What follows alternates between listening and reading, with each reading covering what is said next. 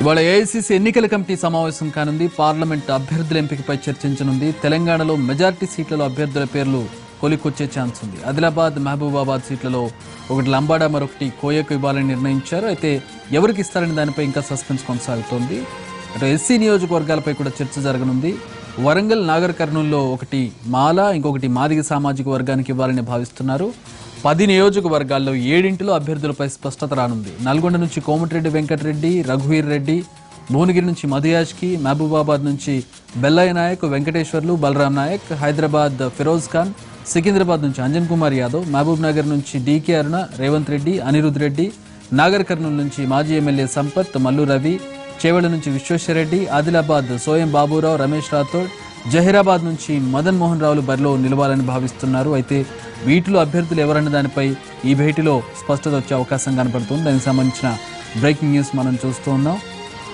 AICC ఎన్నికల committee సమావేశం కాబోతోంది. తెలంగాణ పార్లమెంట్ అభ్యర్థుల పేర్లు ఖరారయ్యే అవకాశం కనబడుతోంది. ప్రాబబుల్స్ పేర్లు వినబడుతూ ఉన్నాయి. వాటిని కొద్దిసేపటి క్రితం మనం చూసాం. ఆ ప్రాబబుల్స్ నుంచి ఈరోజు ఖరారు చేయనున్నారు పేర్లను.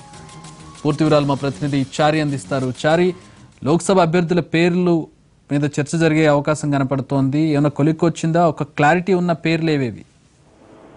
ఈరోజు కాంగ్రెస్ పార్టీకి సంబంధించినటువంటి ఎలక్షన్ కమిటీ సమావేశం కాబోతుంది. పార్లమెంటులో పోటీ చేసేటువంటి అభ్యర్థులకు సంబంధించినటువంటి పేర్లు దాదాపు కొలికొచ్చే అవకాశాలు అయితే కనపడుతున్నాయి. తెలంగాణలో ఉన్నటువంటి 17 నియోజకవర్గాల్లో ఎక్కడి నుంచి ఎవరు బరిలో ఉండాలి అనే దానికి సంబంధించి ఇప్పటికే రాష్ట్ర ఎన్నికల కమిటీ కొన్ని పేర్లను ప్రపోజ్ చేస్తూ పంపించింది. అయితే ఏఐసీసీ కూడా మరో రహస్య నివేదికను తెప్పించినట్టు తెలుస్తుంది. అయితే ఏఐసీసీ దగ్గర ఉన్నటువంటి జాబితా, అయితే రాష్ట్ర పార్టీ తీసినటువంటి జాబితా, రెండు వాటిని పోల్చుతూ ఎవరైతే బలమైనటువంటి అభ్యర్థులుగా నిలబడతారో గెలిచే అవకాశాలు ఉన్నాయనే అంచనాలను వేసుకుని అభ్యర్థులను ప్రకటిస్తున్నారు. ఇప్పటి వరకు మనకున్నటువంటి సమాచారం ప్రకారం 10 పార్లమెంటు నియోజకవర్గాలకు అభ్యర్థుల ఎంపిక అనేది తొలికి వచ్చింది. మరో 7 నియోజకవర్గాలకు సంబంధించినటువంటి అభ్యర్థుల జాబితా మీదనే ఈరోజు సాయంత్రం వరకు కొంత క్లారిటీ వచ్చే అవకాశాలు కనబడుతున్నాయి.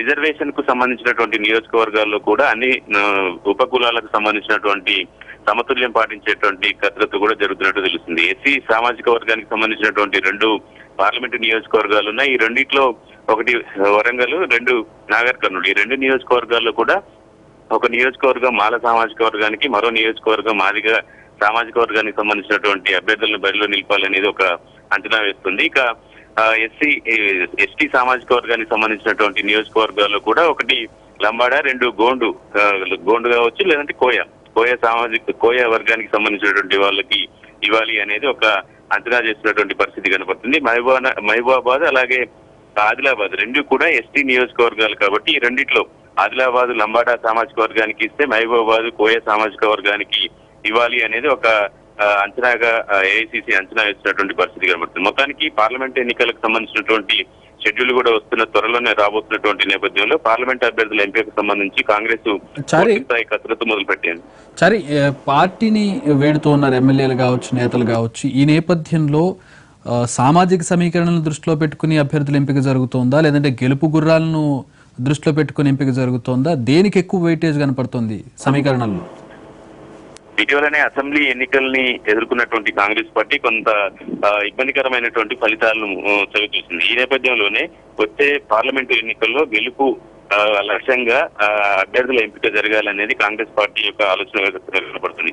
అయితే ప్రస్తుతం చర్చిస్తున్నటువంటి రిజర్వేషన్ కు సంబంధించినటువంటి నియోజకవర్గాల్లో కూడా బలమైనటువంటి నాయకుడు, అలాగే గెలుపుకి దగ్గరగా ఉన్నటువంటి వాళ్ళను మాత్రమే ఎంపిక చేయాలనేది కాంగ్రెస్ పార్టీ ఆలోచనగా కనపడుతుంది. దాంట్లో భాగంగానే ఈ రోజు జరగబోయేటువంటి ఎన్నికల కమిటీ సమావేశంలో ప్రధానంగా అభ్యర్థులకు సంబంధించినటువంటి జాబితా పూర్తి స్థాయిలో కొలికొచ్చే అవకాశాలు కనపడుతున్నాయి. నిన్న రాహుల్ గాంధీ ఎయిర్పోర్ట్ లో దిగినటువంటి సందర్భంలో కూడా ఇలాంటి ఒక ప్రస్తావన చేసినట్టు తెలుస్తుంది. పార్టీకి సంబంధించినటువంటి ఎస్సీ, ఎస్టీకి సంబంధించిన సామాజిక వర్గాలకు సంబంధించినటువంటి వాళ్ళకి ప్రాధాన్యత ఇస్తూనే వచ్చాము, కానీ ఆ వర్గానికి సంబంధించినటువంటి ఎమ్మెల్యేలు ఎందుకు పార్టీ మారుతున్నారు అనే అంశాన్ని కూడా ఆయన ప్రధానంగా లేవనెత్తారు. కాబట్టి అన్ని అంశాలన్నింటినీ కూడా పరిగణలోకి తీసుకొని గెలుపు లక్ష్యంగా అభ్యర్థుల ఎంపిక చేయాలనేది ఏఐసీసీ ఆలోచనగా కనపడుతుంది. Thanks for the updates Paripoornachari. మొత్తానికి అది చాలా సమీకరణను దృష్టిలో పెట్టుకుని ఏఐసీసీ రోజు అభ్యర్థుల ఎంపిక జరపబోతోంది. పార్టీని వీడుతున్న నేతలు కావచ్చు, గెలుపు గుర్రాలు కావచ్చు, వీటన్నింటినీ సామాజిక సమీకరణలను కూడా దృష్టిలో పెట్టుకుని బేరీజు వేసుకుని వారి దగ్గర ఉన్న నివేదికలు, కొన్ని రహస్య నివేదికలు, వీటన్నింటినీ చూసుకున్న తర్వాత అభ్యర్థుల ఎంపిక జరగబోతుంది. ఇప్పటికే ఆయా ప్రాంతాల్లో కొన్ని ప్రాబబుల్స్ పేర్లు వినబడుతూ ఉన్నాయి. కొంతమందిపై క్లారిటీ వచ్చింది. సామాజిక వర్గాలు ఎక్కడి నుంచి తీసుకుంటారనేది కూడా తెలుస్తోంది. దీంతో ఈరోజు ఒక క్లారిటీ వచ్చే అవకాశం కనపడుతుంది పూర్తిగా అభ్యర్థులకు సంబంధించి.